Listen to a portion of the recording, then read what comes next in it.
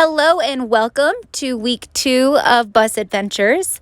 The entirety of this week was spent at the Dillon Reservoir, which we had 3 different campsites at, but no matter which campsite we were at, we still had this awesome, amazing, beautiful view. I think out of all 3 of us, Cosmo enjoyed this week the most. He was able to run around and explore and swim, go knee deep in the water and get a nice little bath.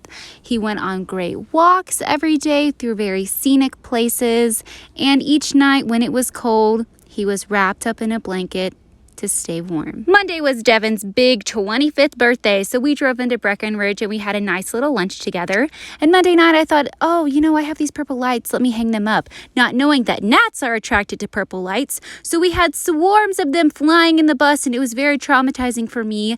They were all killed and the purple lights were taken down almost immediately and will never go back up. On Tuesday, we made a day trip out to Georgetown, Colorado, which starts the Guanella Pass Scenic Byway. So the drive starts in Georgetown and it ends in Grant, Colorado. It takes about an hour to drive through, but we didn't go through the whole thing because in the end it would have displaced us a little too far away from where we were camping. But although we did not go through the whole thing, we still saw some really amazing sights like this view. We saw some fall trees, which of course I love.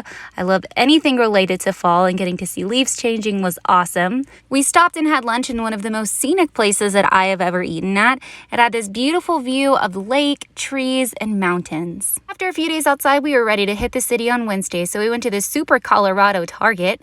We spent the day just doing errands and things like that, and we went to dinner at downstairs at Eric's, where we got to meet up with Devon's cousin Matt, his wife Megan, and a lot of their friends. Devon won every single game that we played against each other except the one that he let me win, and he even got first place in Galaga.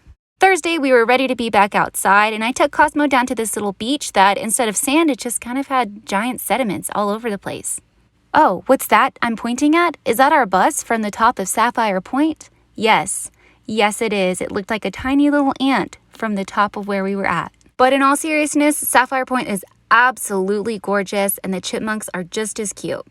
Later that evening at our campsite, we heard this big rustle going on in a tree and couldn't figure out what was going on, and it was just Cosmo with his giant stick. Gotta love him. We spent the rest of the night watching Thursday night football and bundled up around a fire because it was very cold.